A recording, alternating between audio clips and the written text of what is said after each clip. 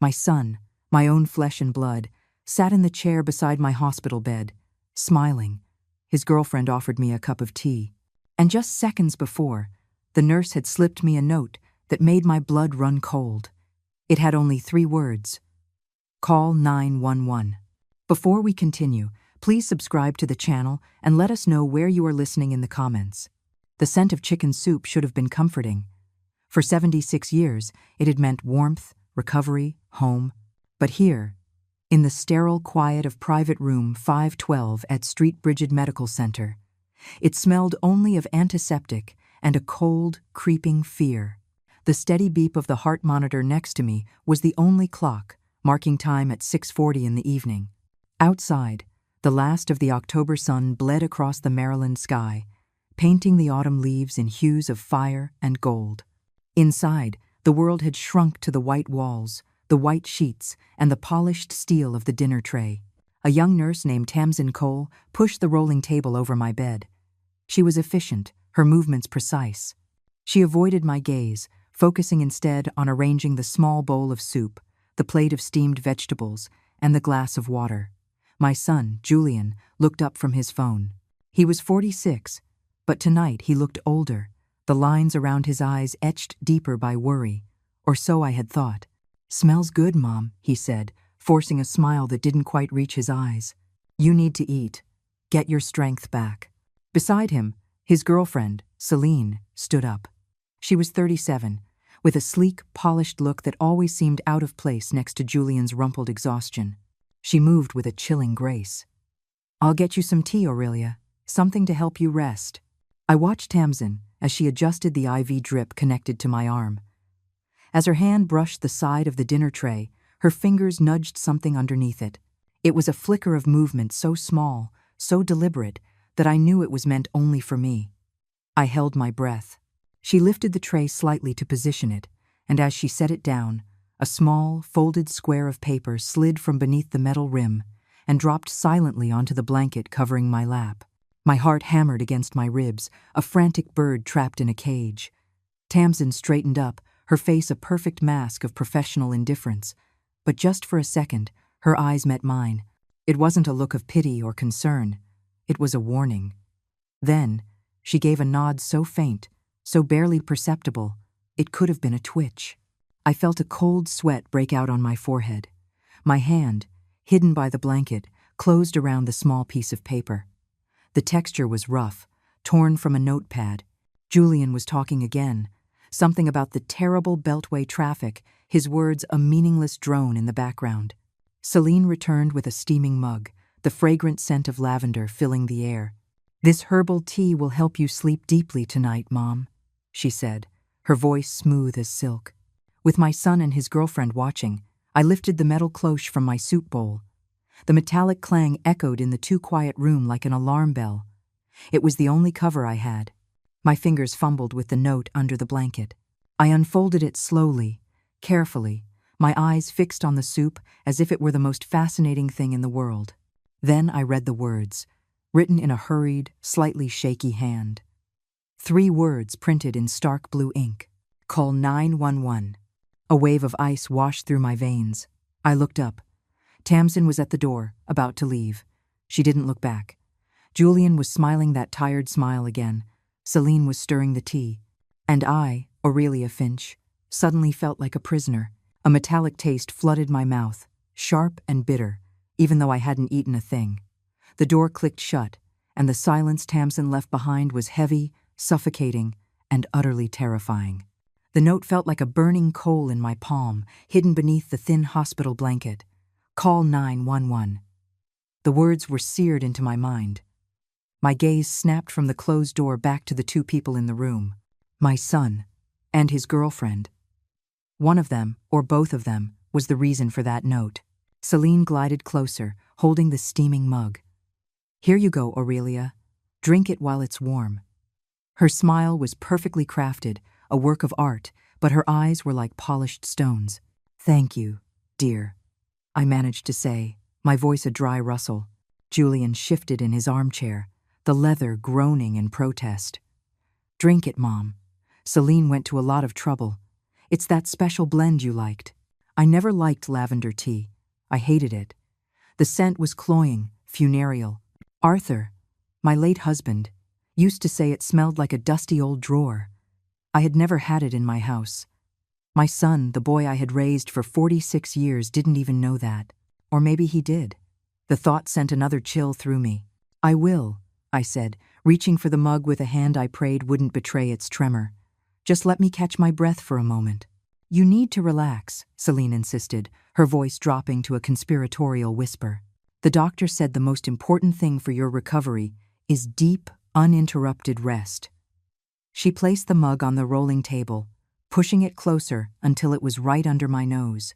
The steam rose in a fragrant cloud, thick with the scent of lavender, but underneath it, there was something else, a faint, sharp tang. It reminded me of the taste of a penny held on the tongue, a smell like old, tarnished copper. Fear is a peculiar thing. It can paralyze you, turn your limbs to lead, or it can sharpen your senses until the world comes into focus with a terrifying clarity. For 30 years as a public librarian, my job had been to bring order to chaos, to catalog, to cross-reference, to find the facts. My body was weak, but my mind at that moment slipped back into its old, familiar rhythm. I looked at the clock on the wall. The long red second hand swept past the 12. 7:05 in the evening. Item: 1 mug, ceramic, white. Contents: herbal tea, lavender, scented. Presented by Celine Ward. Witness: Julian Finch. Action: urged upon patient. My mind was a catalog card, and I was filling in the blanks. I had to play this exactly right. One wrong move, one sign of suspicion, and whatever game they were playing could escalate. You're right, I said, my voice steadier now. I wrapped my hands around the warm ceramic, letting the heat seep into my cold fingers. I looked at Julian. I am tired. It's been a long day. And that's why we're here, Mom, he said, his expression softening into something that looked almost like genuine concern. To make sure you're taken care of. I raised the mug toward my lips. Their eyes were fixed on me. I could feel their collective gaze like a physical weight. I tilted the rim to my mouth, letting the hot liquid touch my bottom lip. It was sickeningly sweet. I didn't swallow. I let a tiny bit enter my mouth, just enough to wet the inside of the cup and my lips. Then I pulled back, setting the mug down on the table with a decisive clink. I brought my napkin to my mouth and coughed, a small theatrical cough. Oh dear, it's a bit too hot. Went down the wrong pipe, I think. I wiped my lips, removing any trace of the tea. I'll let it cool for a few minutes. Celine's smile tightened by a fraction of an inch. Of course. Julian looked annoyed. Just be sure you drink it, Mom. It's for your own good. I leaned back against the pillows, closing my eyes to feign weariness, but my mind was racing. The taste in my mouth was still there, sweet and vaguely metallic. Poison wasn't always a dramatic, violent affair. Sometimes it was quiet. Sometimes it came in a warm mug, offered by a smiling face. I kept my breathing slow and even, listening to their small talk. They spoke of Julian's latest tech venture, the one that was always on the verge of a breakthrough but never quite there. They talked about selling my house, my beautiful brick bungalow in Silver Spring, speaking of it in the past tense as if I were already gone. They called it unlocking equity and easing my burdens. Every word was a confirmation of the note's grim warning. After what felt like an eternity, they decided to leave. Julian bent down and kissed my forehead. His lips were cold. Get some sleep, Mom. We'll be back in the morning to handle some of that paperwork. Celine just stood at the foot of the bed, watching me. Good night, Aurelia. I waited until their footsteps faded down the hall. I opened my eyes. The room felt immense and empty. I looked at the mug of tea, still sitting on the table, a silent threat. Then, I glanced toward the hallway. Through the crack of the door, I saw Tamsin pushing a cart at the far end of the corridor. She looked up, and for a single, fleeting second, our eyes met again. She didn't smile. She didn't gesture. She just held my gaze, and in that silent, shared moment, I understood. It wasn't an accusation. It was a confirmation. I wasn't going crazy. The danger was real. and I was not alone. I barely slept. The night was a long, dark corridor of half-dreams and waking fears, the steady beep of the monitor my only companion. I lay perfectly still, feigning a deep slumber I was nowhere near, my ears straining to catch any sound from the hallway. Each time the floorboards creaked outside my door, my heart leaped into my throat. The untouched mug of lavender tea sat on the rolling table like a monument to the previous evening's terror. By the time the first gray light of dawn filtered through the blinds, a cold resolve had settled deep in my bones. I was no longer just a patient. I was a librarian with a mystery to solve, and my own life was the overdue book. The morning routine of the hospital began around me, a symphony of rattling carts and hushed voices. A different nurse, a cheerful woman whose name tag read Brenda, came in to take my vitals. She was all smiles and sunshine, and I answered her questions with a placid calm I did not feel. She eyed the full mug of tea. "Oh, you didn't like the tea, hon?" she asked, her voice syrupy sweet. "I'm afraid my stomach was a little unsettled last night," I lied smoothly. "Perhaps just some water for now." She whisked the mug away without a second thought. For a moment, I felt a pang of panic. That was evidence. But what could I have done? Ask her to have it tested for poison? They would have thought I was losing my mind. Perhaps that was the point. It was close to 9 o'clock in the morning when Tamsin Cole appeared. She was carrying a fresh pitcher of ice water, her expression as unreadable as it had been the night before. She didn't speak of the note. She didn't have to. As she placed the pitcher on my table, her eyes darted to the empty space where the mug of tea had been. She then met my gaze, a flicker of a question in her dark eyes. I gave a single, almost imperceptible shake of my head. I didn't drink it. She gave a sharp, clinical nod in return. Good. The entire exchange lasted no more than 3 seconds, a silent conversation that solidified our fragile, unspoken alliance. She left as quietly as she had come. My next visitor was the one I had been waiting for, the one I both dreaded and hoped for. Dr. Evan Reed. He knocked softly on the door before entering, a stark contrast to Julian's unannounced entrances. He was a man in his mid-50s, with kind eyes crinkling at the corners and a mane of silver hair that gave him a distinguished air. He had the textbook bedside manner, a calming presence that was meant to put patients at ease. Today, I would not be put at ease. Today, I would be a librarian, reading between the lines. "Good morning, Aurelia," he said, his voice a warm baritone. "The night nurse's report says you had a restful night." "A lie, right from the start. As restful as can be expected, doctor," I replied, keeping my tone neutral. He pulled the visitor's chair closer to my bed and sat down, leaning forward with his hands clasped between his knees. It was a posture of sincere attention. "Any dizziness? Numbness? How is the headache?" "It comes and goes. But doctor, there is something I wanted to ask you about." This was it, my opening. I had to tread carefully, walk on eggshells. The medication. The pills I'm given in the evening to help me sleep. They feel different. Stronger. He listened intently, his brow furrowed in concentration. "Stronger, how?" "I feel so groggy in the morning. It's a struggle to even think clearly. Last night, I felt almost disconnected from myself. It's a very unsettling feeling." Dr. Reed nodded slowly, absorbing my words. He didn't dismiss them. He didn't tell me it was my imagination. He stood up and walked over to the small counter where my chart was resting. He picked it up, flipping through the pages, his eyes scanning the orders. "This," I thought, "is what an honest doctor does. He checks the facts." "Well," he said after a moment, closing the chart, "I do see a notation here. There was a slight increase in your sedative." My breath caught. "There was? Why?" He walked back to the chair, his expression one of patient understanding. "Aurelia, a transient ischemic attack, even a mild one like yours, is a significant trauma to the body and the brain. Rest is the most critical component of your recovery. Absolute deep rest." He paused, choosing his next words carefully. "Your son, Julian, spoke with me yesterday. He and Miss Ward were extremely concerned. He said you seemed agitated, that you weren't sleeping well, and he was worried you weren't giving your body a chance to heal. He was quite insistent, actually. Said he would do anything to make sure you got the rest you need. The explanation was a perfectly constructed maze, and I was lost in it.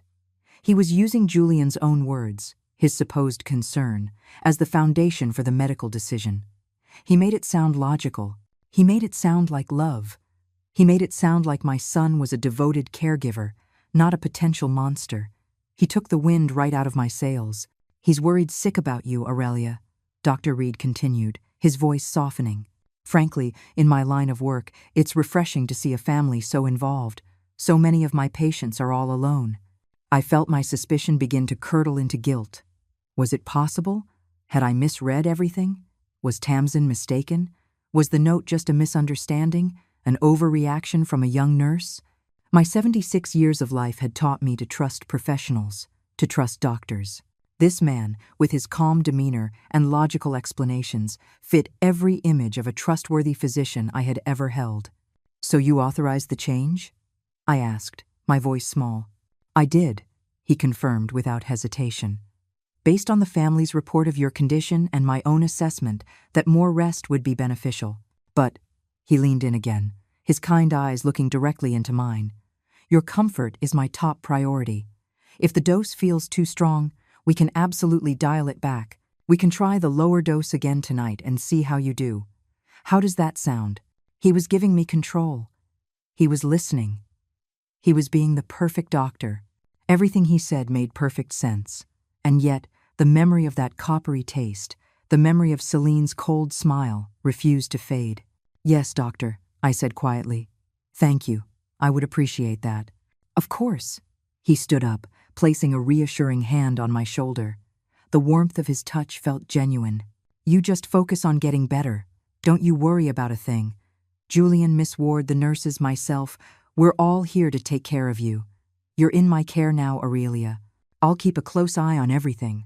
He gave my shoulder a final, gentle squeeze, and then he was gone, leaving behind the scent of antiseptic soap and a profound, unnerving sense of confusion. I stared at the closed door, my mind a whirlwind. He had answered every question, soothed every fear I had voiced. He had been logical, compassionate, and professional. And I, a woman who had spent a lifetime reading people as easily as she read the spines of books, couldn't decide if I had just spoken to my savior or to a wolf in sheep's clothing. For the first time, I felt a flicker of doubt about my own judgment. And that, I realized, was perhaps the most dangerous feeling of all. The day after my talk with Dr. Reed was a study in unsettling normalcy. Just as he'd promised, the evening sedative was lighter. I woke up feeling clearer, the heavy fog in my mind having receded to a thin mist. Julian and Celine visited in the afternoon. They brought a crossword puzzle book and spoke of trivial things, the unseasonably warm weather, a new restaurant they wanted to try. They didn't mention paperwork or my health. They were playing the part of a devoted family, and they were playing it well. If it weren't for the memory of that note, I might have believed them. I might have dismissed the whole affair as a bad dream, but I couldn't shake it. Dr. Reed's perfectly reasonable explanation replayed in my mind, yet it felt too neat, too clean. It was like a book with a beautiful cover that had a single, crucial page torn out. You could still read the story, but you knew something was missing. That night, I couldn't settle. Sleep felt less like a refuge and more like a surrender. Around 10 o'clock, I pressed the call button. When the night nurse, a young man I didn't recognize, appeared, I told him I was feeling restless. "My legs are so stiff," I explained, putting a quiver in my voice. "Could you just help me into the wheelchair? I think a little roll down the hall might do me some good." He obliged, his movements gentle as he helped me from the bed into the chair. He wheeled me out into the main corridor, its polished floors reflecting the dim, recessed lighting. It was the quiet time in the hospital, the space between the end of visiting hours and the deep hush of midnight. The air hummed with the soft whir of machinery. "You just press the button if you need me," the nurse said before disappearing back toward the main station.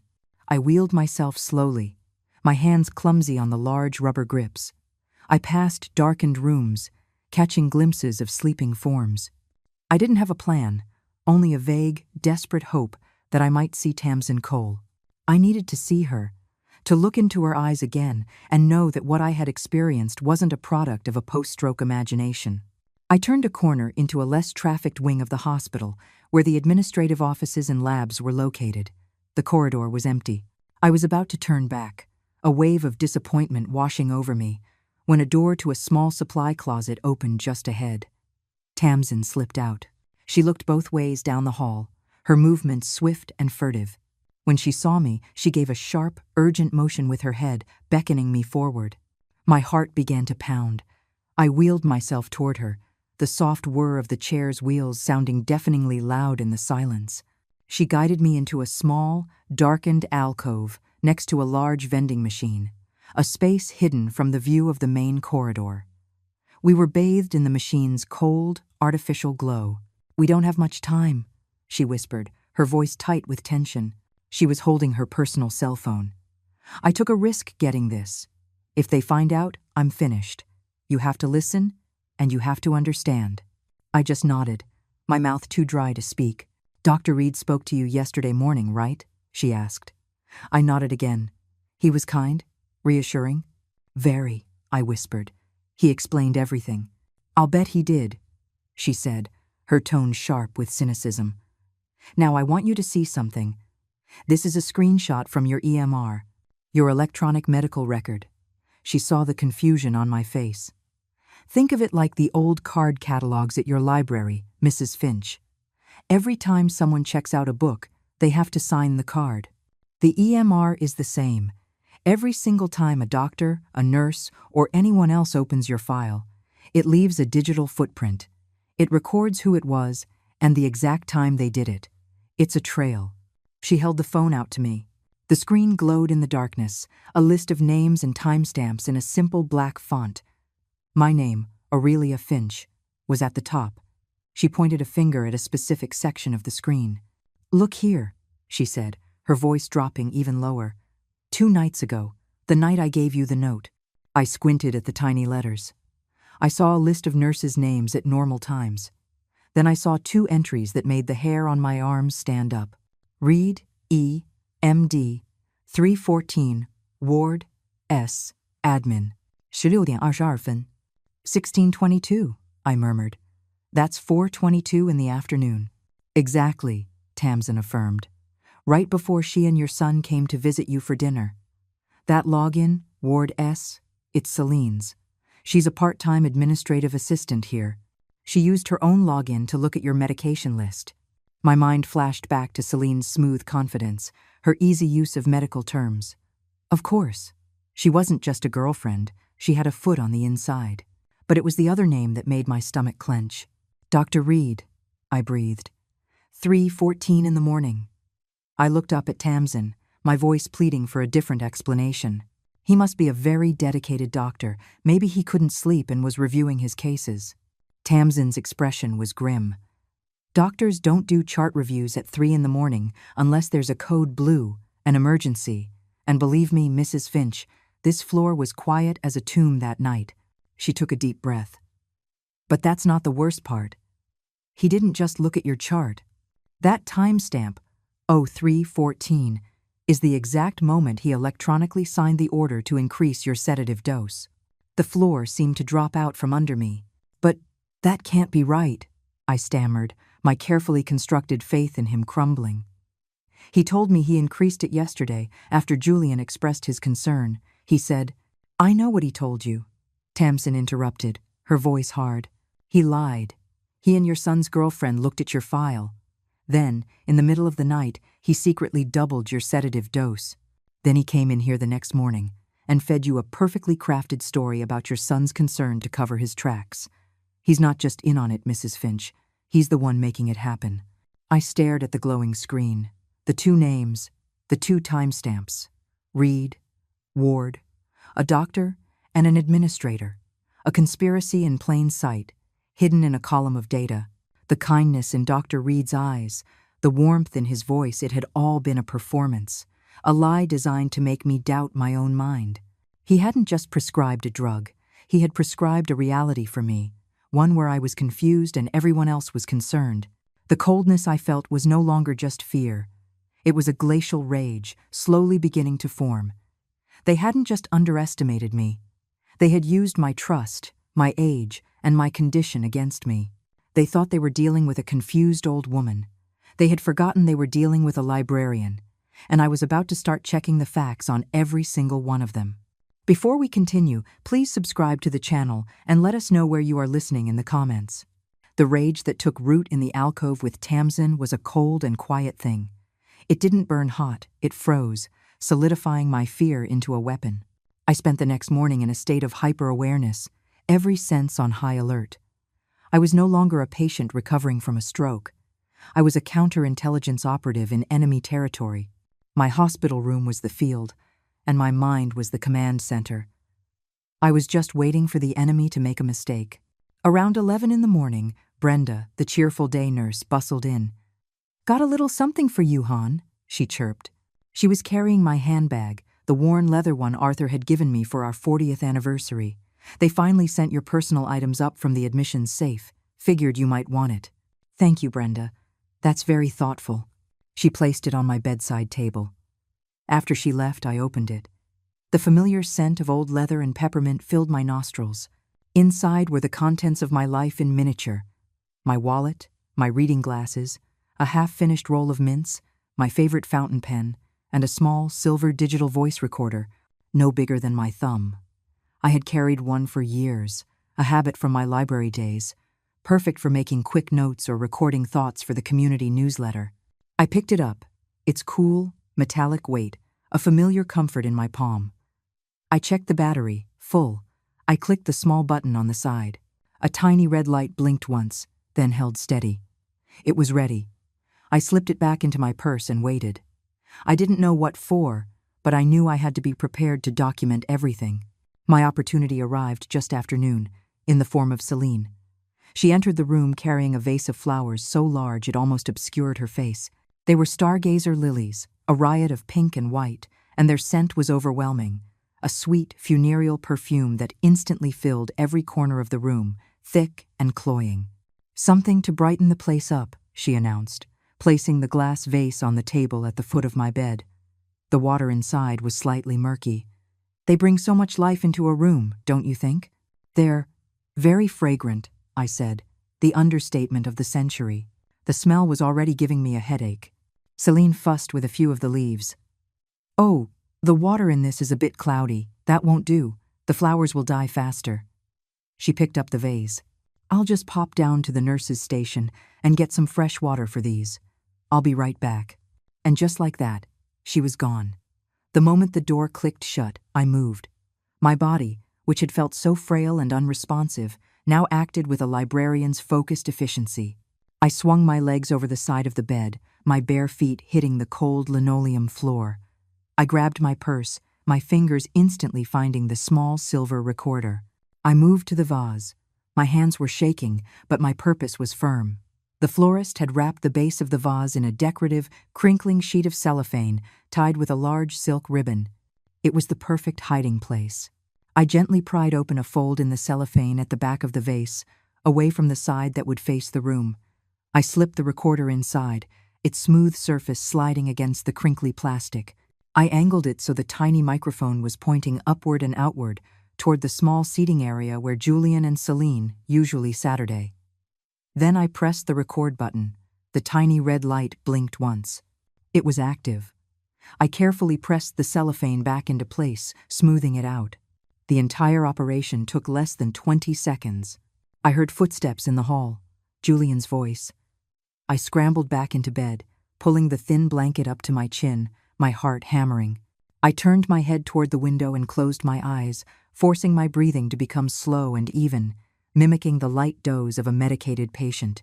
The door opened. "Celine said she was bringing flowers," Julian's voice said. "I was just getting them fresh water," Celine replied. I heard the sound of the vase being placed back on the table, the soft clink of glass on wood. "Look, she's asleep again. The new dose must still be keeping her nice and relaxed." "Good," Julian said, his voice closer now. I heard the familiar groan of the leather armchair as he sat down. "We need her relaxed. We need her compliant." I kept my eyes shut, my entire being focused on listening. The cloying scent of the lilies was a constant, suffocating presence. Did you talk to your lawyer about the house? Celine asked, her voice a low murmur. I did, Julian confirmed. He said, as long as we have the power of attorney, we can list it.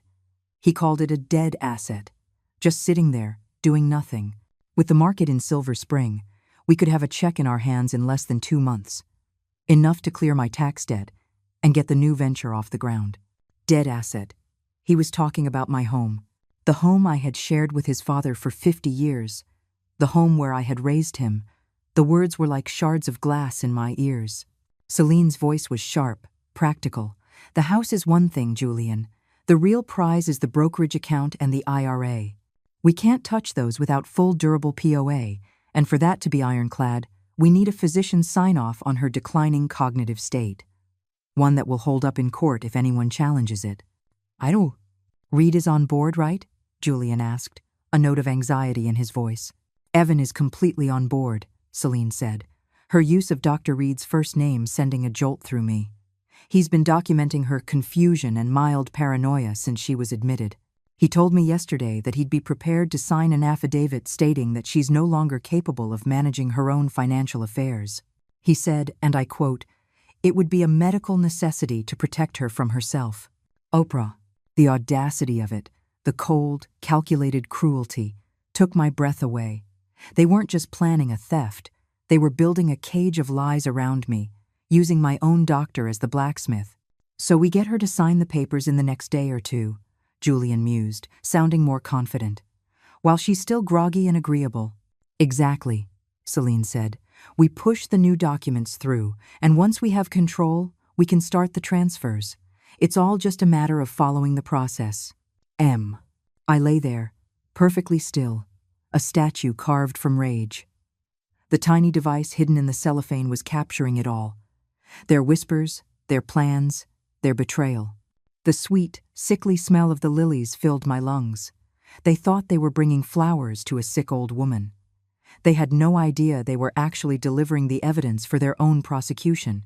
The digital recorder, tucked safely back in my purse, was both my shield and my burden. It held the truth, cold and undeniable, in its tiny memory. I had the evidence. The logical, methodical part of my brain, the librarian part, knew exactly what the next steps should be. Follow the protocol. Present the evidence to the proper authorities. The note had said to call 911. For the first time, that felt like a tangible, achievable action. But I was not just a librarian. I was a 76-year-old woman who had been taught her entire life to believe in certain pillars of society. And one of the strongest of those pillars was the authority and integrity of a doctor. The recording in my purse was damning for Julian and Celine, their guilt laid bare in their own whispered words. But for Dr. Reed, it was hearsay. It was Celine's word against his reputation. Evan is completely on board, she had said. Was she telling the truth? Or was she a master manipulator, using the doctor's name to add weight to her own wicked plans, perhaps even fooling Julian? This sliver of doubt, this tiny, maddening possibility that Dr. Reed was just another pawn in Celine's game, became a splinter in my mind. The librarian in me screamed that it was a foolish hope, a distraction from the clear and present danger. But the woman, the patient who had looked into his kind eyes and heard his reasonable voice, needed to be certain. I needed to look him in the eye one more time before I took a step that would bring the whole world crashing down. I needed to see for myself if he was a co-conspirator or just another victim. It was a mistake. A foolish, emotional, dangerous mistake. But it was one I felt I had to make. That afternoon, around 3 o'clock, I pressed the call button. I didn't ask for Brenda or any other nurse. I asked for him specifically. Could you please let Dr. Reed know that I'm feeling quite unwell? I told the aide who answered. I have a pounding headache and I'm seeing spots. I need to speak with him as soon as possible. It was a lie, but a medically plausible one for a stroke survivor. It was also bait. If he was innocent, he would come, concerned. If he was guilty, he would come, alarmed that his plan might be going off the rails. Either way, he would come. Less than 20 minutes later, he was there. He entered my room with a look of professional gravity, my chart already in his hand. "Aurelia, the nurse said you were having some visual disturbances?" he asked, his voice laced with concern.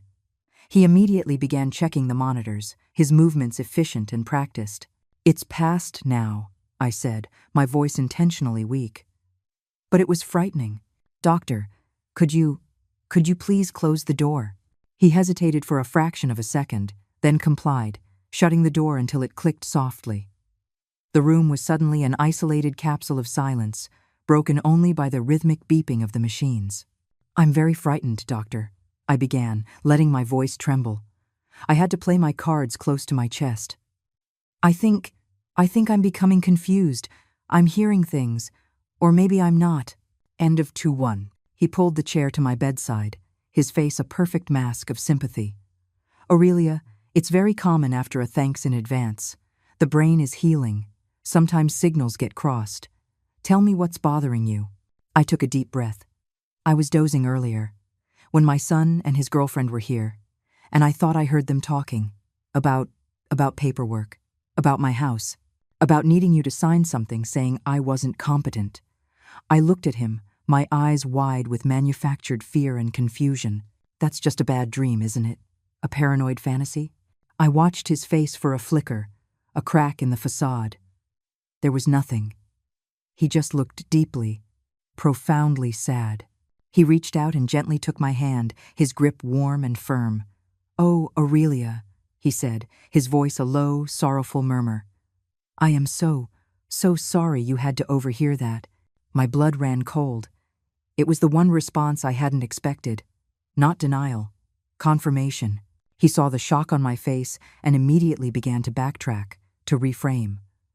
"Now, let's not jump to conclusions. I'm sure they meant well. Your son, he is under a tremendous amount of stress. This new business of his. He's in over his head. He's terrified of losing you, and sometimes when people are scared, they do foolish things. They overreach. He was a masterful actor. He was painting a picture of Julian and Celine, not as villains, but as misguided, overzealous caregivers. He was positioning himself as my protector, the reasonable adult in the room. They believe they are protecting you," he continued, his thumb gently rubbing the back of my hand. "They have this idea that if they take control of your finances, they can remove all your stress so you can focus on healing. It's a wrong-headed, misguided approach, of course. But I truly believe their hearts are in the right place." End of. Every word was a perfectly polished lie, designed to placate me, to make me doubt the evidence of my own ears. "So you knew about this?" I whispered. "I knew they were concerned," he said, choosing his words with surgical precision. "Celine mentioned that they were exploring options to help manage your affairs. I told her then that any such discussion was premature and that you, and you alone, were in charge of your own decisions." He looked me straight in the eye, and I stand by that. 100%. He was selling me a bill of goods, and he was doing it with an Academy Award-winning performance. He made me feel, for a dizzying moment, that I had misjudged him completely. That he was on my side. "Thank you, Doctor," I said, feeling a wave of genuine, if misplaced, relief. I was so worried. "You have no reason to be," he said, his voice firm and reassuring. "You are my patient, Aurelia. My responsibility. Let me handle this. I will have a very firm, very direct conversation with Julian and Celine. I will make it crystal clear that these pressure tactics are unacceptable and are detrimental to your health. I will put a stop to it. You have my word." He gave my hand a final, reassuring squeeze, then stood up. "Now, you get some rest. Put this out of your mind. Let me be the bad guy. You are safe here. I will not let anyone harass you." End quote. He smiled, a warm, paternal smile, and walked out of the room, closing the door softly behind him. I leaned back against the pillows, my mind a turbulent sea of confusion. He had been so convincing. Could it be true? Was he really going to protect me? The hope was so seductive, so tempting. And then, through the thin hospital door, I heard his footsteps stop just outside. I heard the faint, muffled sound of his voice. I couldn't make out the words, not at first. I held my breath, straining to listen. The words became clearer, his voice no longer warm and sympathetic, but cold, sharp, and urgent. He was on the phone. "She knows," he said, his voice a low hiss of venom. "I don't know how, but she knows. The whole thing is about to blow up. Forget the plan. We have to move faster, tonight." The door clicked shut, and the sound echoed in the room like a gunshot. For a long moment, I didn't move. I couldn't. The warm, reassuring words Dr.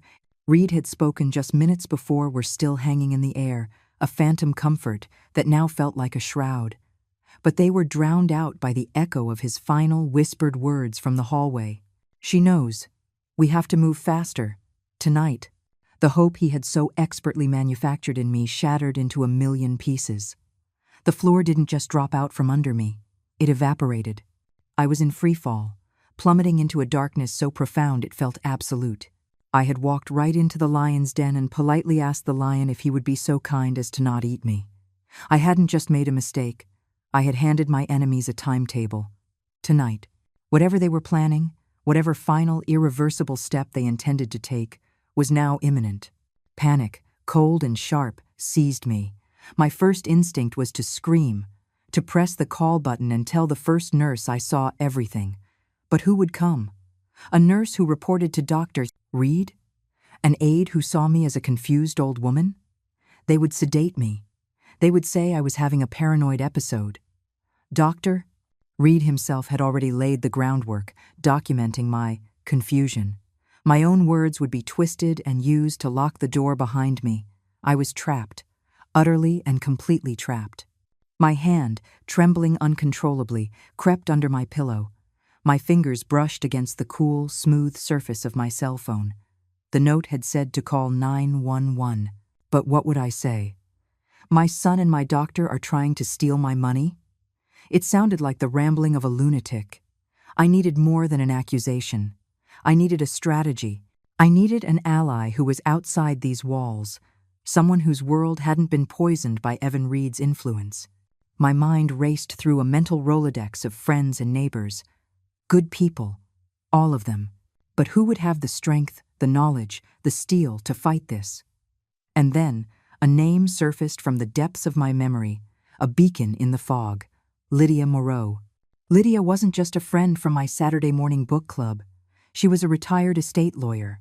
For 40 years, she had navigated the murky waters of family disputes, wills, and trusts. Lydia was 62, sharp as a tack, and had a healthy disdain for fools and liars. She was a woman who read the fine print.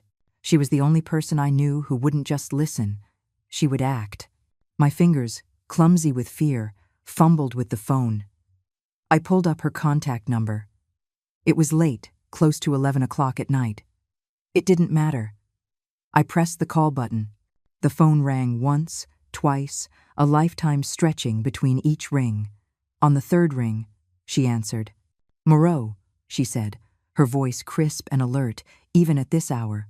"Lydia," I breathed, my voice cracking, a desperate whisper. "It's Aurelia Finch." "Aurelia? Good heavens, what's wrong? You sound dreadful." The dam broke. The words came tumbling out, a torrent of fear and confusion. I told her everything, starting with the note under the tray, my voice a frantic whisper as I recounted the lavender tea, the conversation with Tamsin in the hallway, the damning digital footprints on the EMR, the voice recorder hidden in the bouquet of funereal lilies, and finally, the horrifying confirmation from Dr. Reed's own lips just outside my door. Lydia didn't interrupt. She listened, her silence a vast, absorbent space. I could picture her on the other end, sitting in her leather armchair, a cup of tea growing cold beside her, her expression hardening with every word I spoke. When I finally finished, my story hanging in the air between us, there was a long pause. "Lydia, are you there?" I whispered, terrified she wouldn't believe me. When she finally spoke, her voice had changed. The friendly warmth was gone, replaced by a cold, hard fury. "That son of a bitch," she hissed, and the venom in her voice was more comforting to me than any words of sympathy. "That two-faced, predatory son of a bitch in a white coat." She took a deep, steadying breath. "Okay, Aurelia, listen to me now, and listen very carefully. You are in a great deal of danger, but you are not helpless. Arthur made sure of that." "Arthur?" I asked, confused. "What does my husband have to do with this?" Everything, Lydia said, her voice now the embodiment of legal authority. Do you remember, about 10 years ago, when Julian's first tech company went bankrupt? Arthur was worried. He came to see me. He loved his son, but he wasn't blind. He saw the gambler in him, the desperation. He was afraid that if anything ever happened to him, Julian might one day put you in a vulnerable position. RD. A memory surfaced, a vague recollection of a long afternoon spent in Lydia's wood-paneled office, signing a thick stack of documents I hadn't fully understood at the time. Arthur had me write a special provision into your trust, Lydia continued. It's called a springing clause, but I want you to think of it as a firewall. Or better yet, a dead man's switch. He stipulated that if ever there was credible evidence, a doctor's report, a police report, or a sworn affidavit that you were being subjected to undue influence, duress, or chemical coercion, the trust would be triggered. Triggered? I asked. It means the walls come down, Lydia explained, her voice sharp and clear. Instantly. The moment I file the paperwork with the evidence, your primary asset accounts, the brokerage account, the IRA, everything are automatically frozen. Julian is immediately and irrevocably removed as your successor trustee. All control of the assets is temporarily transferred to an independent third-party fiduciary until a court can determine your well-being. He couldn't touch a single penny with a 10-foot pole. Arthur built you a fortress, Aurelia, and those fools are about to run headfirst into the wall. Tears streamed down my face, hot and silent. They weren't tears of fear anymore. They were tears of gratitude, of overwhelming love for the man who had thought to protect me even from beyond the grave. Now, Lydia's voice snapped me back to the present. We have the evidence. The recording is our smoking gun. But we have to move flawlessly. You cannot call 911. Not yet. That creates chaos, and they could use it to have you declared mentally unstable. We need to do this by the book. We need to build a case so airtight it suffocates them. She paused. There is a man. His name is Owen Keating. He's a patient advocate, but he's more than that. He used to be a private investigator. He's quiet, he's methodical, and he knows hospital procedure and elder abuse law inside and out. He is the first official step. He will create the record we need. I heard the sound of a pen scratching on paper. I'm texting you his number right now. Your phone will vibrate. Do not look at it until we hang up. Here is what you are going to do. You are going to call him. You are going to tell him that your lawyer, Lydia Moreau, told you to call and that you are in immediate danger. You will tell him everything you just told me. Do not talk to any nurses. Do not talk to your son. Do not drink or eat anything they give you. You wait for Owen Keating. Is that clear? Yes, I said, my voice no longer a whisper. It was steady. Yes, Lydia, it's clear. Good, she said. Now hang up, Aurelia, and make the call. The fight starts now. After the call with Lydia ended, I sat in the darkness for a full minute, the phone clutched in my hand. The fortress Arthur had built for me had been revealed, but it was up to me to raise the drawbridge. The fear was still there, a cold knot in my stomach, but it was now overlaid with a new, unfamiliar sensation, the thrill of the fight. My phone vibrated once. Owen Keating's number. I took a deep breath and dialed. A man answered on the first ring, his voice low and gravelly, devoid of any emotion. Keating. Mr. Keating, I said, my voice quiet but steady. My name is Aurelia Finch. I'm a patient at Street Bridget Medical Center. Your name was given to me by my lawyer, Lydia Moreau. She said I should tell you that I am in immediate danger. There was a pause on the other end, but it wasn't a pause of disbelief. It was the silence of a professional absorbing data. Room number? He asked. 512. Don't talk to anyone, he said. I'm on my way. The line went dead. I hid my phone back under the pillow. Waiting was the hardest part. Every shadow in the room seemed to move. Every creak of the old hospital building sounded like an approaching footstep. I knew Julian and Celine could return at any moment. Dr. Reed's words, "Tonight," echoed in my mind. An hour crawled by, then another. It was past 1 o'clock in the morning. I was about to give in to despair when my door opened a crack. It wasn't the imposing figure of Owen Keating I was expecting. It was Tamsin Cole. She put a finger to her lips and beckoned me with a quick, urgent gesture. I didn't hesitate. I pushed myself out of bed, my body aching in protest, and slipped into the wheelchair I had used earlier. I wheeled myself silently into the hallway, where she was waiting. "This way," she whispered, not looking at me but leading the way down the corridor, her rubber-soled shoes making no sound. She didn't take me to an alcove this time. She used a keycard to open a door marked "Medication Prep Authorized Personnel Only." She ushered me inside and closed the door behind us, locking it. The room was small and smelled intensely of rubbing alcohol. It was lined with stainless steel counters and locked glass cabinets filled with drugs. The only light came from a small task lamp over a counter, casting long shadows. Tamsin's face was tense, her expression all business. "You're right to be afraid," she said, her voice low and direct. "They're escalating. I overheard a charge nurse saying Dr. Reed put in a request for an emergency psychiatric evaluation for you to be conducted first thing in the morning."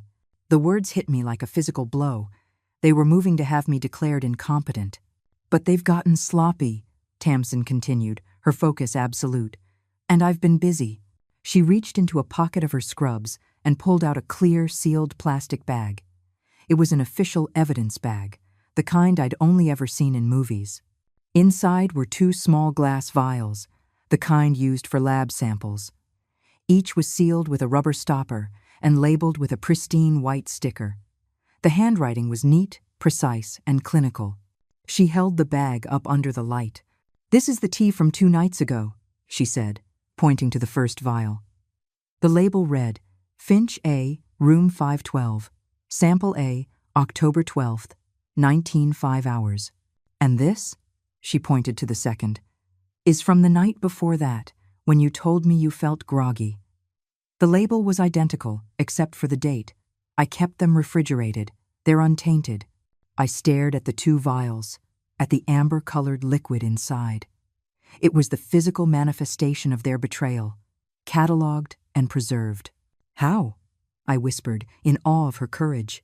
"I studied clinical pharmacology for 2 years before I switched to nursing," she explained. "I know lab protocols. I know the importance of a clean chain of custody. This," she tapped the bag, "is admissible." But she wasn't finished. She reached into her other pocket and pulled out her phone. She swiped the screen and then handed it to me. On it was a single photograph. It was a grainy, black and white image, clearly taken from a high angle. It was a security camera still. The shot was aimed down at my bedside table from 2 nights ago. Tamsin had zoomed in on one specific detail. The image was blurry, but the action was unmistakable. It showed a woman's hand. Celine's hand, I could tell by the sleek, dark nail polish, holding a small, plastic bottle directly over the white ceramic mug, the kind of bottle used for eye drops. A single, tiny droplet was visible, frozen in mid-air as it fell from the tip of the bottle toward the surface of the tea. I gasped, my hand flying to my mouth. It was them. It was real. It was all real. This was the proof. The smoking gun. "The camera in this hallway doesn't have a great angle into the rooms," Tamsin said, her voice a low, steady hum of controlled anger. "But it catches that one corner. I went through 3 hours of footage to find it. The timestamp on the image matches the exact minute she served you that tea. It's enough. It proves tampering." I handed the phone back, my hands shaking. I looked at this young woman, at her determined face, at the immense risk she was taking. She wasn't just my nurse. She was my champion. "Why, Tamsin?" I asked, my voice thick with emotion. "Why are you doing all this for me?" She finally looked me in the eye, and for the first time, the professional mask slipped. I saw a flash of something fierce and protective. "My grandmother," she said, her voice suddenly tight. "She was a wonderful, sharp woman. Her children put her in a home. They bled her accounts dry in 6 months and told everyone she had lost her mind. I was too young to do anything then. I'm not too young now." She carefully placed the evidence bag with the 2 vials into my hand. "Owen Keating is the real deal," she said. "Give this to him. This is the truth in a bag. This is the one thing they can't lie their way out of." The hours following my meeting with Tamsin were the longest of my life. I sat propped up in my bed, the evidence bag from Tamsin tucked safely with the voice recorder in my handbag, which I refused to let out of my sight. I was no longer a ship lost in a storm. I had a compass, a map, and a fleet at my back. Owen Keating had visited me briefly, a silent, imposing figure who had materialized in my room just before dawn. We spoke for no more than 10 minutes. He didn't offer sympathy or condolences. He asked questions. He took notes. He laid out the plan with the dispassionate precision of a chess master. When he left, I knew the game was afoot. All I had to do was wait for my opponents to make their final, fatal move. They came just as the late afternoon sun slanted through the blinds, casting long striped shadows across the room like prison bars. The door swung open, and the three of them entered, a united front of false concern. Julian led the way, carrying a slim leather portfolio. Celine followed, a predatory grace in her movements. And behind them, the wolf himself, Dr. Evan Reed, his face arranged in a mask of solemn, professional gravity. The cloying scent of the stargazer lilies they had brought yesterday still hung heavy in the air, a sickeningly sweet perfume of betrayal. "Mom," Julian began, his voice oozing a practiced sincerity. "How are you feeling?" "Tired," I said, and it was the truth. I was tired of the lies, tired of the fear, tired of them. "I know you are," Celine cooed, gliding to the bedside and fussing with my blanket. "That's why we're here, to take all the worry off your shoulders." Dr. Reed stood near the foot of the bed, arms crossed, nodding sagely. "It's essential we reduce your cognitive load, Aurelia. Allow your mind to be completely at rest." They were so confident, so smug. They saw a frail old woman in a hospital bed, an easy mark. They had no idea they were walking into a meticulously laid trap. Julian opened his portfolio on my rolling table. He produced a thick sheaf of papers, neatly bound, and a sleek, expensive-looking fountain pen. "Now, Mom, this looks like a lot, but it's really just a formality, just some standard power of attorney documents. A draft, really. It just gives us the ability to handle your affairs, pay your bills, talk to the insurance people while you focus on getting better. So you don't have to worry about a thing." He slid the papers in front of me, placing the pen on top. "It can all be so confusing," Dr. Reed chimed in, stepping forward. His voice was a soft, condescending drone. "All the legal and medical terminology. Essentially, what this does is designate Julian as your healthcare proxy and financial agent, given your recent episode and the subsequent periods of disorientation. It's a standard therapeutic measure, a proactive step to ensure continuity of care. I highly recommend it." He was using my health as a weapon against me, right to my face. My hand rested on my handbag. I could feel the hard outline of the recorder through the worn leather. Not yet. Let them dig the hole a little deeper. I looked at the papers. I didn't touch them. I looked at my son, his face a mask of strained patience. I looked at Celine, her eyes glittering with avarice.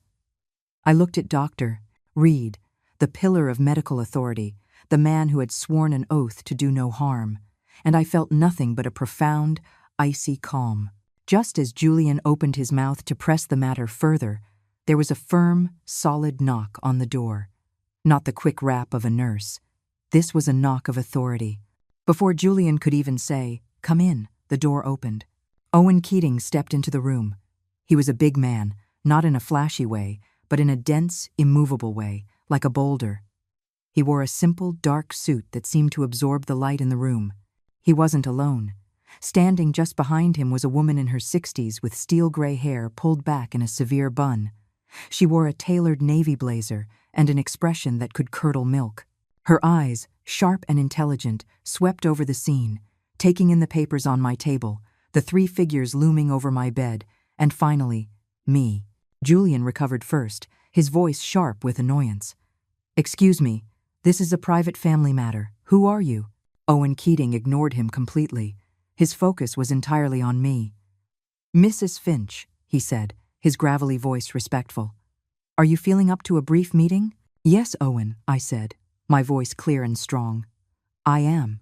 This is Miss Albright," Owen said, gesturing to the woman beside him. "She's the head of the hospital ethics board and patient rights." A flicker of genuine alarm crossed Dr. Reed's face. Celine's smile vanished, replaced by a thin, hard line. I don't understand what this is about, Julian blustered, trying to regain control. My mother needs her rest. Your mother, Owen said, his gaze finally shifting to Julian, his eyes as cold and hard as river stones, needs to be protected. He stepped forward and placed a single, crisp document on the table, right next to Julian's thick POA packet. This is a legally executed revocation of access to protected health information, signed by Mrs. Finch this morning. As of this moment, none of you. His eyes moved deliberately from Julian to Celine to Dr. Reed.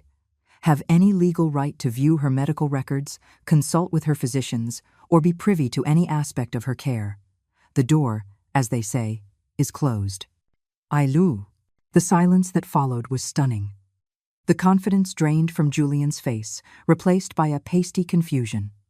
Celine's eyes narrowed, her mind clearly racing, trying to calculate this new variable. Dr. Reed, for the first time, looked rattled. His professional mask had cracked. This is preposterous, he sputtered, his voice losing its calm authority.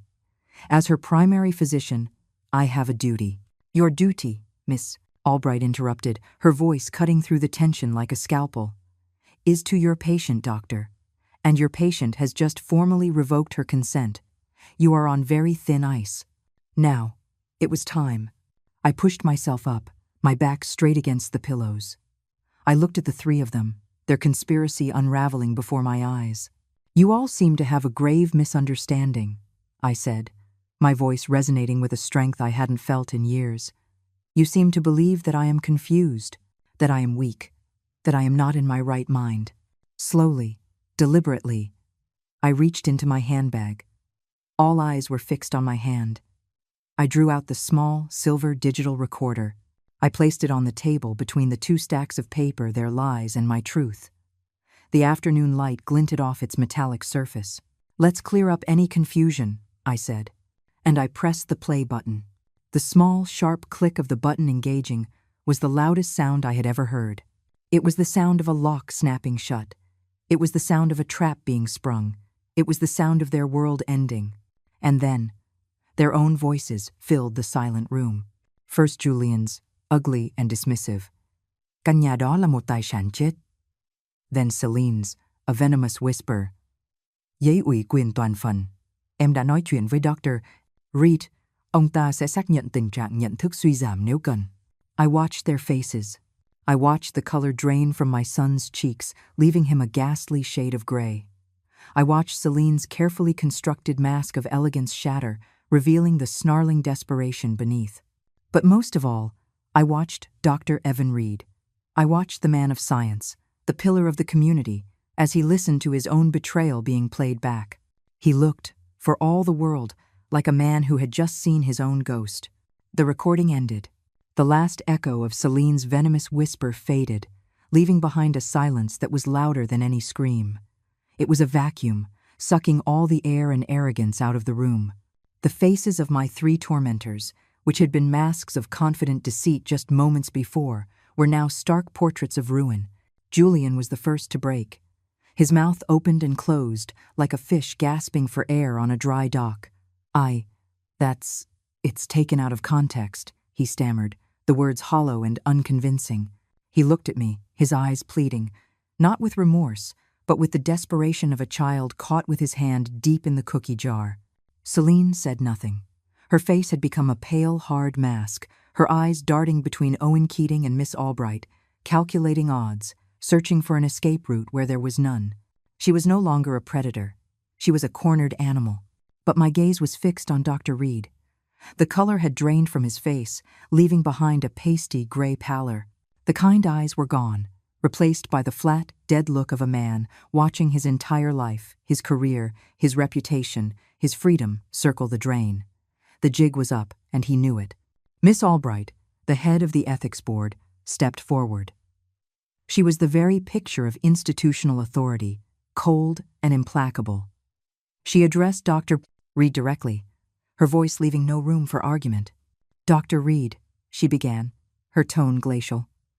Pursuant to the bylaws of the street, Brigid Medical Center, and in light of preliminary evidence suggesting gross professional misconduct, including but not limited to patient endangerment and potential criminal conspiracy, you are hereby suspended of all hospital privileges, effective immediately. Suspended? He choked out, the word catching in his throat. You can't. I have other patients. Your other patients will be reassigned, Miss Albright stated flatly. You are to surrender your hospital ID and key cards to Mr. Keating. You will be escorted off the premises. You are not to contact any patients or staff pending the outcome of a full and formal investigation, which I assure you will be both swift and thorough. Are my instructions clear? Dr. Reed simply stared at her, his jaw slack. He looked like a man who had been struck by lightning. Owen Keating then turned his attention to my son and his girlfriend. He was no longer just a patient advocate. He was an enforcer. Mr. Finch, Miss Ward, as you are no longer designated contacts for the patient and are now persons of interest in an official hospital inquiry, your visitor privileges have been revoked. Your passes are deactivated. You will leave this room now. You can't kick me out, Julian protested, a pathetic flicker of his old entitlement flaring up. She's my mother. She is a patient under this hospital's protection. Owen's gravelly voice cut him off. A protection you have actively sought to violate. My next call is to hospital security. I strongly suggest you do not make that necessary. He took a step toward them. It was a small movement, but it carried an immense weight of finality. Julian shrank back. Celine, ever the pragmatist, had already picked up her purse. She saw the writing on the wall. The game was over. As they moved toward the door, defeated and silent, Owen's phone buzzed. He glanced at the screen, then answered, his voice a low rumble. Keating. He listened for a moment. Excellent. Confirmed on my end. He hung up. He looked at me, and for the first time, I saw a glimmer of something other than stony professionalism in his eyes. It was the satisfaction of a job well done. That was Lydia Moreau, he said, his voice just loud enough for me to hear over the shuffling feet of my departing tormentors. She sends her regards. He let the statement hang in the air for a moment before delivering the final blow. He looked directly at Julian. Miss, Moreau has just finished filing an emergency petition with the court, citing evidence of duress and financial exploitation. The springing clause in your father's trust has been activated. As of 5 minutes ago, all of your mother's primary asset accounts have been legally frozen. You have been removed as trustee. A court-appointed fiduciary is now in control. There is nothing for you to access. There is nothing left for you to take. End of. It was the final panel in the steel wall being slammed into place. A wall made of law, of procedure, of foresight. A wall built by my husband's love and my friend's loyalty. Julian stopped dead, his hand on the doorknob. He looked back at me, his face a canvas of utter disbelief and dawning horror. The plan hadn't just failed. It had been systematically and completely dismantled around him. He hadn't just lost. He had been outmaneuvered, outsmarted, and outplayed at every turn. He opened his mouth, but no sound came out. Owen Keating simply pointed toward the hallway. Out. Julian and Celine stumbled out of the room. Miss Albright had a brief, quiet word with Dr. Reed, who numbly handed over his ID badge. Owen escorted him out, his large frame, a silent, unmovable barrier. The door clicked shut, leaving me in the sudden, shocking quiet. I was alone with Miss Albright. The room, which had felt so small and suffocating, now seemed vast. The oppressive scent of the lilies was still there, but it was just a smell now, no longer a threat. Miss Albright came over to my bedside. Her severe expression had softened into one of professional concern. Mrs. Finch, she said, her voice much gentler now, I am profoundly sorry for what you have endured in our facility. We have failed you. We will do everything in our power to rectify that. She gestured to the hallway. A new physician will be assigned to you immediately. Your nursing staff will be handpicked. You are safe now, completely safe. I looked past her, through the window. The sun was setting, and the autumn sky was a blaze of orange and purple. For the first time in what felt like a lifetime, I took a breath that wasn't laced with fear. It filled my lungs, clean and deep and free. The wall was up. I was safe inside. I never saw Celine Ward again after she walked out of my hospital room. But later, through Lydia's connections and the subsequent investigation, I learned what she did in the moments that followed. While Julian was likely stumbling through the hospital corridors in a state of shock, and Dr. Reed was being quietly stripped of his dignity, Celine was already moving on to the next play. She was not a partner in a failed conspiracy. She was a sole proprietor, liquidating a bad investment. She walked out of the main entrance of Street Brigid Medical Center with a calm, unhurried pace. The crisp October air did nothing to cool the icy resolve in her veins. She didn't look back. To Celine, the hospital, Julian and I, were already in the rearview mirror. The ship wasn't just sinking. It had already sunk, and she had no intention of going down with it. She had always carried her own lifeboat. She got into her car, a sleek, dark gray luxury sedan parked in a far corner of the visitor's lot. She didn't start the engine. Instead, she sat in the silent, leather-scented interior and let out a single, sharp sigh.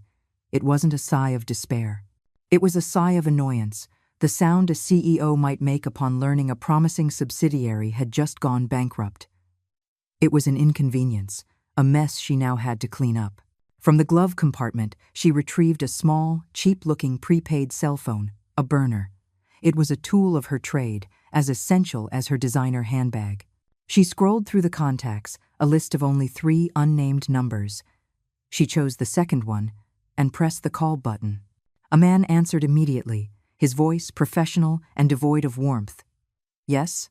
It's me," Celine said, her voice stripped of the silky sweetness she used around Julian. This was her real voice, flat, cold, and all business. "The Finch project has been compromised. It's a total loss. I was wondering when you might call," the man on the other end said. "I assume the son proved to be an idiot. He was a means to an end. A sloppy one, as it turns out," Celine replied, a flicker of disgust in her tone. The old woman was smarter than he gave her credit for. She had a team, a good one. They just blew the whole thing wide open. There was a pause. "How exposed are you?" the man asked. "Completely," Celine said without a hint of fear. "They have me on a recording with the son and the doctor, planning the whole thing. It's game over for that approach." "So you're calling for an extraction?" Celine almost laughed. "I'm calling to make a deal. It's time for Plan B." She reached into her handbag and pulled out a tiny digital audio file player, different from the one I had used. It was her own, her ace in the hole. "I've been playing the long game here," she said into the phone. "For the last 6 months, I have been recording select conversations with Julian Finch. I have him on tape admitting to tax fraud for his failed company. I have him outlining the entire plan to coerce his mother. I have him specifically instructing me to drug her. I even have a separate recording of Dr. Reed agreeing to falsify medical documents in exchange for a $20,000 kickback. It's all backed up on a secure server." The man on the other end was silent for a moment. When he spoke again, there was a new note of respect in his voice. "You were setting him up from the start." "Insurance," Celine corrected him. "I never get into a partnership without having an exit strategy that benefits me exclusively. Julian was a tool. Reed was a pawn. They've outlived their usefulness." She continued, her voice hardening. "Here's the deal. You will contact the district attorney's office. You will offer them a gift-wrapped case against both Finch and Reed. My testimony, backed by these clean, unedited recordings, will put them away for years. In exchange, I receive full transactional immunity. No charges, no further investigation into my affairs. I will be a cooperating witness, and then I will disappear. It's a clean win for the DA.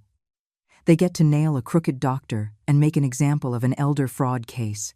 All they have to do is let the little fish swim away. They'll want to know who you are," the man said.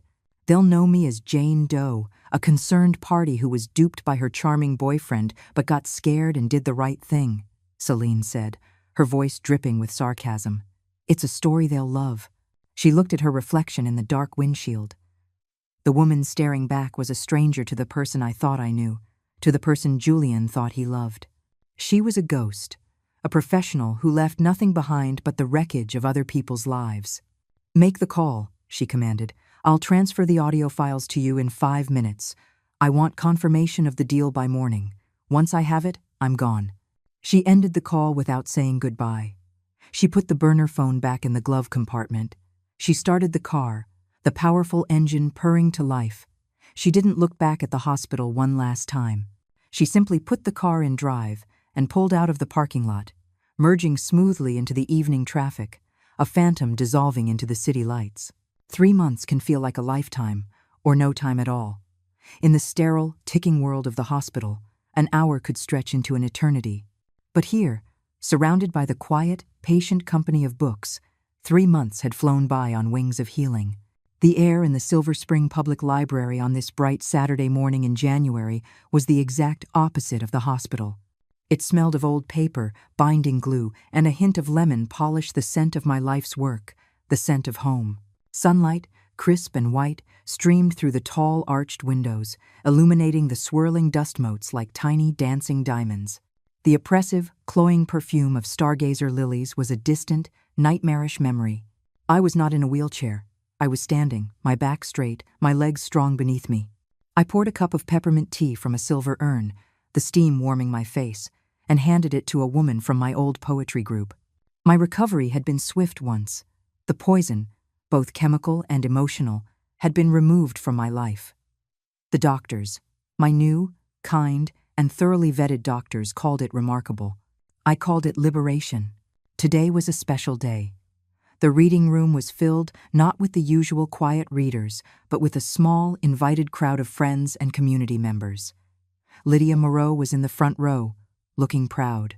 Owen Keating stood near the back, his large frame somehow blending into the shadows of the bookshelves, a silent guardian even now.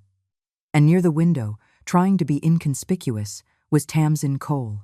She had finished her shift at the hospital and come straight here, still in her pale blue scrubs. I stepped up to a small wooden lectern that had been placed near the main desk. I looked out at the familiar, friendly faces and felt a wave of profound gratitude. "Good morning," I began, my voice clear and steady, amplified slightly by a small microphone. "Thank you all for coming. For 30 years, this library was my second home. My husband, Arthur, used to joke that our real assets weren't in the stock market, but on these shelves." I paused, letting a small, fond smile touch my lips. As it turns out, he was more right than he knew. I told them the story. Not the ugly, painful parts about betrayal and fear, but the beautiful part about Arthur's foresight and our shared passion. I explained that while we lived a modest life, Arthur had spent 50 years quietly and brilliantly pursuing his one true passion, collecting. He wasn't interested in stocks or bonds. He collected stories in their original form. "Many of you knew Arthur as a quiet man who loved history," I said. "What most of you didn't know is that he was a world-class collector of rare books and first editions. He never did it for the money.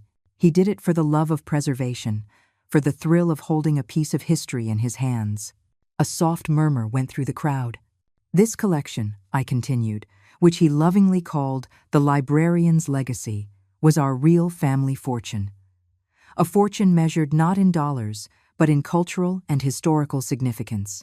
And it is this legacy that will now serve the community that we both loved so much." I took a deep breath. "Today, I am officially announcing the establishment of the Finch Legacy Fund. Funded entirely by the sale of select items from Arthur's collection, this trust will be dedicated to supporting education, literacy, and ethical advocacy right here in our community." There was a polite, warm round of applause. I held up my hand. "The fund will have 2 primary missions to start. The first is an annual grant to support the work of independent patient advocates, like Mr. Owen Keating, to ensure our community's most vulnerable have a voice when they need it most." I saw Owen give a single, solemn nod from the back of the room. "The second," I said, turning my gaze toward the window, "is a full-ride scholarship. It is for a promising student in the medical field who has demonstrated extraordinary courage and integrity. The very first recipient of the Tamsin Cole Scholarship for Clinical Pharmacology is Miss Tamsin Cole herself." Tamsin's head snapped up, her eyes widened, and a deep blush spread across her cheeks. She looked utterly stunned. The crowd turned to her, and a genuine, heartfelt wave of applause erupted, much louder this time. I saw her eyes glisten with tears, and she put a hand to her mouth, shaking her head in disbelief. She had been my champion in the dark, and it was the greatest joy to now be hers in the light. After the applause died down, Lydia Moreau stood and walked over to me. She handed me a crisp, cream-colored envelope. "This came by courier this morning, Aurelia," she said quietly. "The final report." I opened it. It was a letter from her law firm, summarizing the legal outcomes. I scanned the dense, legal text until I found the key paragraphs. I looked back up at the crowd. "And for those who have asked," I said, my voice even, "the justice system has done its work. Dr. Evan Reed's medical license has been permanently revoked. He is facing a lengthy prison sentence for his role in the conspiracy. My son, Julian, in the face of overwhelming evidence, accepted a plea bargain. He will serve his time, and I hope one day understand the gravity of his actions." I took another breath, a final cleansing one. As for Celine Ward, in exchange for her testimony against the others, she was granted immunity. She has disappeared. She is, as they say, a ghost in the wind. And with that, it was over. The last chapter of that dark story had been written. Later, after the tea had been drunk and the crowd had dispersed, I sat in my favorite armchair in the quiet reading room. The winter sun streamed through the window, warming my face. The library was mine again, a sanctuary of peace. The beat of my heart was no longer the frantic rhythm of a trapped bird, but the slow, steady, even rhythm of a clock, marking time, page by page. I picked up an old leather-bound book from the table beside me, a first edition of a favorite novel. I opened it, and as the scent of old paper and ink rose to meet me, I began to read. I was safe. I was home. I was free. If you enjoyed this story, please like the video, subscribe to the channel, and comment 1 below. If not, feel free to comment 0 so we know and can improve future videos. To hear the next story, click the box on the left. Thank you for watching.